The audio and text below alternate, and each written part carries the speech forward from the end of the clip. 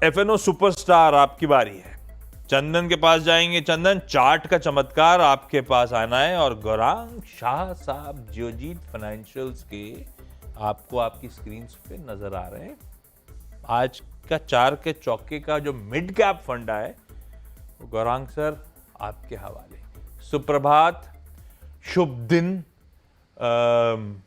ये जो बदलती परिस्थितियां हैं मान्यवर, कल रात से आज सुबह के बीच में आपका उनको देखकर आकलन क्या, और जो आपसे गाइडेंस सीख करते हैं, अब हिंदी में नहीं जा पा रहा हूं, जो आपसे गाइडेंस सीख करते हैं मार्गदर्शन। फंडामेंटली, जो बाजार की बदलती परिस्थिति के बाद क्या अप्रोच रख रहे हो आप लोग जियोजीत पे, या क्या अप्रोच रखते हैं गौरांग सर खुद इस बाजार में? धन्यवाद आशीष भाई। गाइडेंस का अनुवाद हिंदी में होता है मार्गदर्शन। ना, वो आ गया था पर क्या फ्लो में नहीं आ रहा था। वो मार्गदर्शन करिए फिर हम सबका।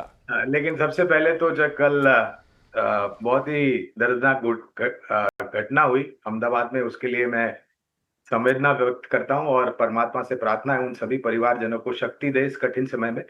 आ, बाजार को लेकर के आकलन यही है आशीष के, जो कल और आज, और ये तकलीफ यही चीज है, ये जियो पॉलिटिकल सिचुएशन एक ऐसा प्राणी या बला है आशीष के, उस पर हम किसी प्रकार का आगे बढ़ता हुआ आकलन नहीं कर सकते हैं। ये परिस्थितियां जब उभरती है उस समय पर या उस समय के बाद हम प्रतिक्रिया देते हैं। और ये होना था क्योंकि जिस प्रकार से खबरें पिछले हफ्ते 10 दिन में आ रही थी, खास करके जो खाड़ी में संकट खड़ा हुआ है वो, और दूसरी तरफ जो बुद्धिमत्ता का आक्रमण यूक्रेन ने रशिया पर किया, जहां पर लड़ाकू विमानें ध्वस्त किए गए ड्रोन्स द्वारा, तो उसकी प्रतिक्रिया रशिया अब दे रहा है यूक्रेन के ऊपर। और इस पूरी परिस्थिति में कच्चा तेल उबल रहा है, गैस के दाम भी उबल रहे हैं, और उसके साथ साथ सोने के दाम भी उछल रहे हैं, और चांदी के दाम भी उछल रहे हैं। मेरा मानना है कि शायद आने वाले कुछ दिनों तक ये अंतर्राष्ट्रीय स्तर से जो, और उसमें और भी जोड़ दीजिए आशीष भाई, वो बुद्धिमानी जीव राष्ट्रपति ट्रंप साहब ने भी कुछ टिप्पणियां करी है, उसको लेकर के भी अनिश्चितता का वातावरण है। तो शायद बुद्धिमत्ता का प्रयोग करें लोग, और ये सब परिस्थितियां थोड़ी बहुत न्यूनतम स्तर पर आ जाए, और अंतरराष्ट्रीय स्तर पर जो शेयर बाजार है उनको थोड़ी बहुत सहायता मिले। लेकिन अगर आप कारोबारी हैं तो आप अपनी जोखिम और बुद्धिमत्ता का प्रयोग कीजिए, लेकिन अगर आप निवेशक हैं, जिसकी राय हम हर बार देते हैं आशीष भाई, तो इसी प्रकार के बाजार में आपको मौका मिलता है अच्छी सक्षम मजबूत कंपनियों में ब्याज भी मूल्यांकन पर धीरे धीरे करके निवेश करने के लिए। तो ये आपके ऊपर निर्भर है, आप क्या बनना चाहते हैं, उलझे हुए कारोबारी या सुलझे हुए निवेशक। चलिए, तो इसके ऊपर काफ़ी कुछ डिपेंड करेगा। मीनवाइल मार्केट में वॉलेटिलिटी काफ़ी है अभी भी। देखिए, अभी भी निफ्टी ओपन लो नहीं तोड़ रहा है, लेकिन डे हाई क्रॉस होगा या नहीं ये इम्पॉर्टेंट है देखना। मिड कैप में थोड़ी रिकवरी है, एक आध स्टॉक्स हैं जहाँ रिकवरी थोड़ी सी आ रही है, कुछ स्टॉक्स वीक भी हैं। एनसीसी हमारे पैनल ने पिक भी किया था शॉर्ट साइड पर, यहाँ पर काफ़ी वीकनेस है। शिल्पा जी की ट्रेड थी वो, ये डे लो पर है।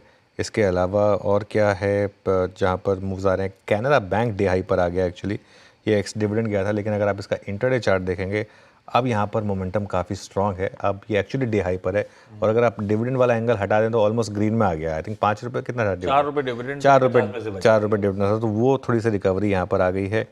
और कहाँ पर मूव्स आ रहे हैं? वरुण बेवरेजेस में काफ़ी वीकनेस है, वो खैर सबसे वीक स्टॉक्स में से एक रहा भी है, लेकिन ये जो भारतीय फैमिली उस पैसे को यूज़ कर रही हैं वो शायद इनके लिए कंपटीशन बढ़ने वाला है। यहाँ पर एक थोड़ी सी वीकनेस है, और वो जो स्टॉक मार्केट से रिलेटेड एक दो प्लेयर्स हैं कैम्स, और वो यहाँ पर थोड़ी सी वीकनेस बनी हुई है। तो ये इस समय कुछ आकलन। चलिए काम करते हैं, चार का चौका का टीज़र आशीष दे चुके हैं, शुरुआत करते हैं। शिल्पा जी, सस्ता ऑप्शन ट्रेड आपका।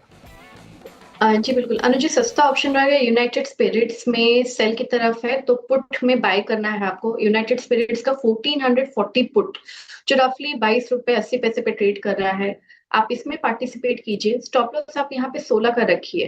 पहला टारगेट रहेगा 29 का, इसके ऊपर सस्टेन होता है तो 33 से लेके 37 इसके टारगेट्स हैं।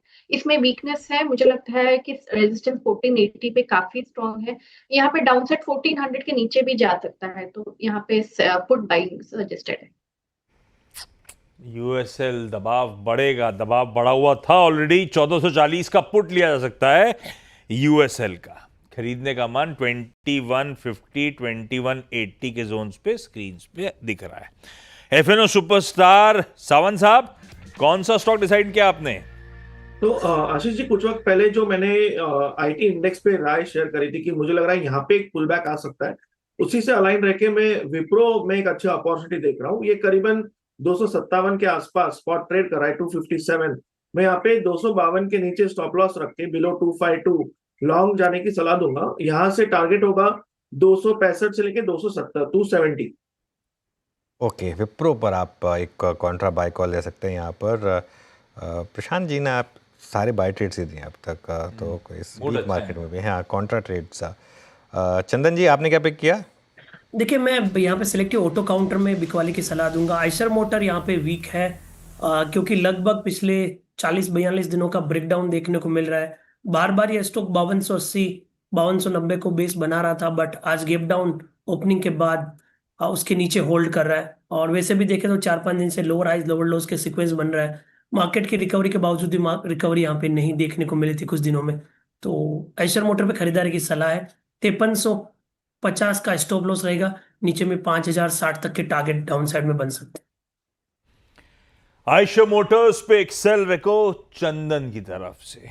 और आज का मिड कैप फंडा गौरांग सर के हवाले। गौरांग सर, फंडामेंटली सबसे साउंड मिड कैप यूनिवर्स का स्टॉक।